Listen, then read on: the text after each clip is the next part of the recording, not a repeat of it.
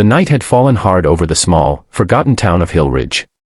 Rain poured relentlessly, drumming on rooftops and streets like nature's own orchestra, its rhythm broken only by the occasional thunder that roared through the silence.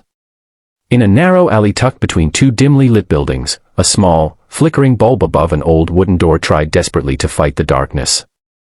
Inside, the house was no better, modest, with peeling walls and a smell of age that clung to everything. But it was home. And it belonged to Aaron Keller, a 34-year-old single father who had known nothing but hardship since the day his wife passed away during childbirth 5 years ago. Aaron wasn't a man of many words. He had learned early on that life listened less to your hopes and more to your actions. So, he worked day and night, at the factory during the day, delivering groceries at night.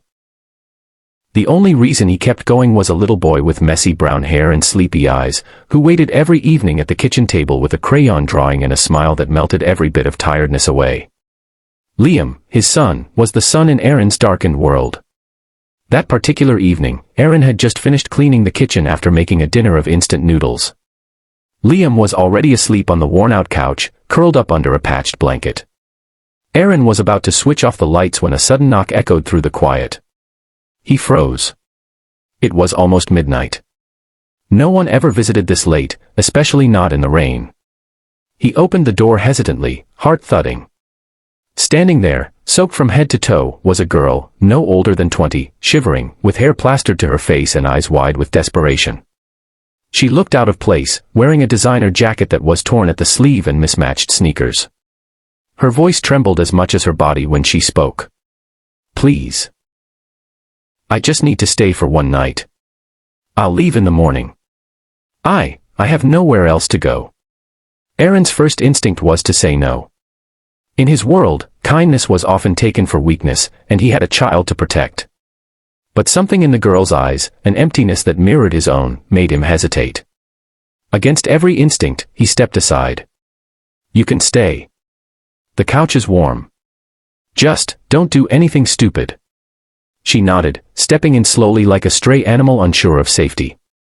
He handed her a towel and watched as she quietly dried herself, then sat near the fireplace, eyes never leaving the dancing flames.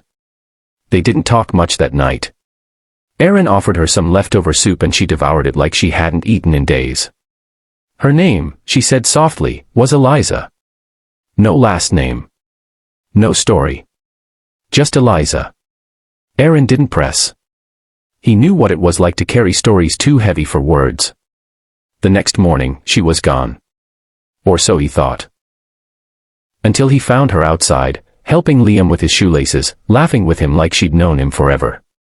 It was the first time in months Aaron had seen Liam laugh like that. "Where are you going?"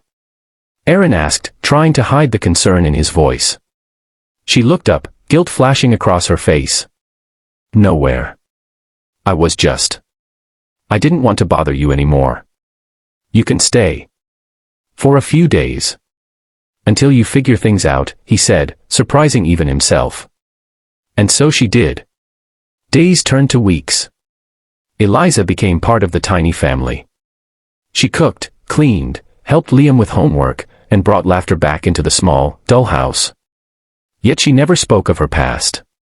Never mentioned her family, or why a girl in a designer jacket had ended up sleeping on the streets. Aaron didn't ask. Not until the day two men in black suits came looking for her. "Is Eliza here?" one asked, flashing a photo. "We're with the Whitmore family. She's the missing daughter of Gregory Whitmore. The millionaire." Everything in Aaron's world shifted. Eliza, his Eliza, was a millionaire's daughter. And yet, the girl he saw now, playing with Liam in the backyard, looked nothing like someone born into wealth. She looked like someone who had chosen this life, this simplicity, this broken home, and these imperfect people. That night, Eliza finally told the truth. "I ran away," she whispered. "From a world where love was measured in money and silence. I wanted to know what life was really like, beyond marble floors and cold dinners. And I found it here. I found warmth. I found you and Liam." Aaron looked at her, torn between anger and something deeper, something dangerous. "You lied." "I never lied. I just never told you. I didn't want you to treat me differently." He turned away, unsure of what to say. She wasn't just some girl anymore. She was a Whitmore. A daughter of one of the wealthiest men in the country. And yet, she had chosen them. I don't know what you want from us, Eliza. She reached for his hand, voice trembling. A chance to stay.